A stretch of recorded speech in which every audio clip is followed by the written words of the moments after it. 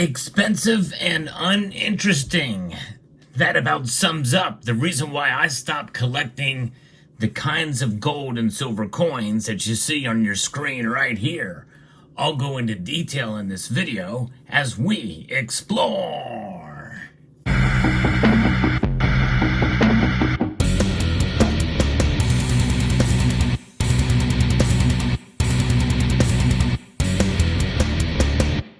The cornerstone of my collecting, and by the way, yes, I am a collector, maybe a little different kind of collector than many in the community, but the cornerstone of that collection was the proof gold and silver and clad commemorative coins that started in 1982.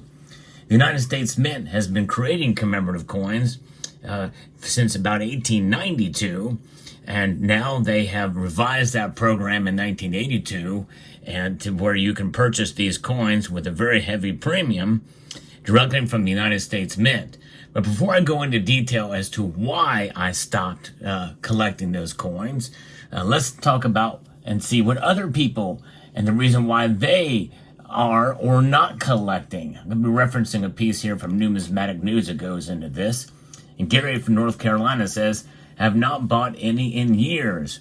Got tired of buying these beautiful coins for 3 times spot and seeing them in coin club auctions years later for a round spot. By the way, I will also add at coin shops for at or near spot as well too, not just in coin club meetings.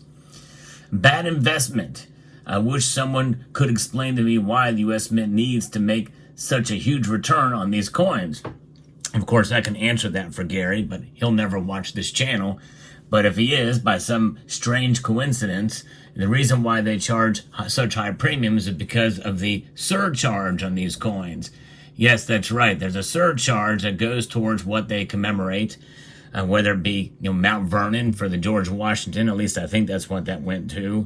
The first flight from the William and Wilbur Wright, the museum there, I think in North Carolina, which is where Gary is from, and the Statue of Liberty Restoration Project, the Bald Eagle, Save the Bald Eagle, towards charities of some sorts, and whatever else could be for the for this coin, for the Leif Erikson discovering the New World in 1000 A.D. There's all kinds of surcharges that go to programs that are derived from what is proposed for the coin program. There's 2 allowed per year, and depending if the legislation gets passed or not, well, a certain dollar amount, I think it's $10 for every silver coin and $35 for every gold coin. That's one reason why prices are so high. Now let's see what Thomas Hale has to say. It will depend on what one is trying to accomplish. There's a place for commemoratives. Does an event or person have a special meaning or personal connection? Then by all means, yes. If you are preserving wealth, not so much, that's for sure. And there's certain coins. One of my favorite commemorative coins is this, the George Washington. This is what our quarter could have looked like, and I wish it would have looked like it, since it was created in 1932. And this beautiful, now our quarter does have this obverse on it, for a time at least. Now, but yes, that is exactly right. And there's other pieces that are beautiful. I decided to collect the whole series from 1982 all the way up to 2022. Stay tuned to the very end of the video because I'm going to put a little end screen. You'll be able to see right in this corner here at the end of this video the full collection. I stopped collecting in 2022. That video did not get very many views, but if you want to see each and every one of the proof coins, including all the mint marks, I hope you will check that video out.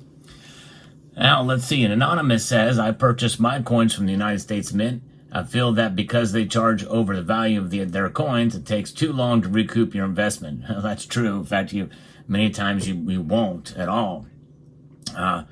Luis Ramirez Hernandez says, I don't collect modern commemoratives because the Mint sets a false scarcity. Now, as a retiree, I especially dislike not getting good value for my money. Well, the problem is the Mint is very transparent on their mintage, the allowable mintage. In fact, most of these commemorative coin programs don't meet their mintage, their allowable mintage, which is about 400,000 for the silver coins $750,000 typically for $50, flat $50. And I think it's probably about 50,000 or somewhere thereabouts for the gold. And so there's pretty transparent there. Now there's another one from Dennis Tucker. It says, modern commemoratives are eminently worth collecting. As creative works, they offer opportunities to assemble designs by some of America's most talented and prolific numismatic artists. Choose a different and collect one of each in their portfolio as you would the works of a painter, a sculptor, or a photographer. Individual coins have appeal too as standalone slices of American life. Each commemorative coin program speaks to millions of people with themes relating to popular sports and military, outstanding achievements, honored heroes, famous events, and admirable organizations. Some of them commemorated multiple times during the program. Now, collect them proudly, display them, and tell your friends and family what makes them special. Yeah, and there's nothing wrong with that. And to some extent, I'm glad I still have the entire collection. I've not sold off any of it. It does take up a lot of space because I'm an OGP guy, which stands for Original Government Packaging. And so that does take up a lot of space. But if you collect like I do, it is something, a task to be able to store all that stuff. But regardless, it is a way to kind of display things, and you can just collect what you enjoy, what you like. I particularly like the design of this $1 bald eagle commemorative coin. That's pretty nice. But and if you can get them cheap in the secondary market, especially close to spot, why not? If you want to collect certain portions of it, it would be a tall task to collect them all. If you want to get a complete set, if you're a completist. I tend to be a completist, so I was forced to buy designs that I didn't like or care for, such as the Special Olympics coin with Eunice Shriver. It looks like a raisin on there. It's a horribly ugly coin, but I had to have it in order to have the collection updated and complete. Now, Roy Robertson says, I have stopped collecting the Mint's commemoratives because I have a safe full of the older ones before the Mint didn't turn out so many each year. Well, actually, they were in 1995 and 96, they put out a whole heck of a lot. The Mint started turning out so many of the quality and value dropped considerably, and the coins suffered. Also, will not be purchasing the silver comet coins, as I'm sure they will flood the market again. That's for sure. That's from Roy Robertson. I don't think they're a good investment coin, but if you like it, buy it. There are a few nice designs, but I prefer the classic $50 from Joe in California.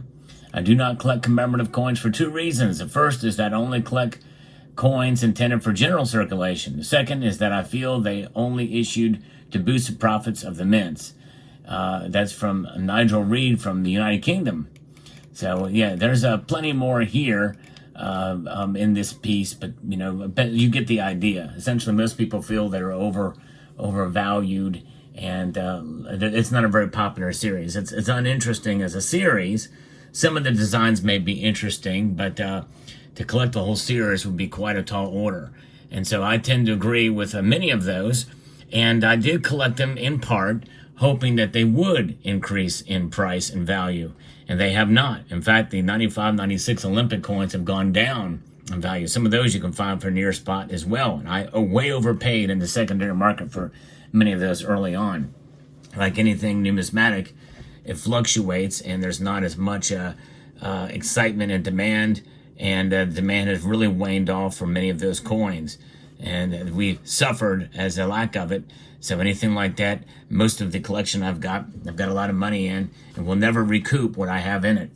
And of course, that's not the biggest reason why I collected them either. I collected them for being a completist, but to continue with them now, especially since they stopped in 2023, they've cheapened the packaging, and of course now I think they're starting to get a little better packaging with them, but they were fairly consistent with the packaging up until about 2021, and then they changed the cheap packaging, so I stopped in 2022.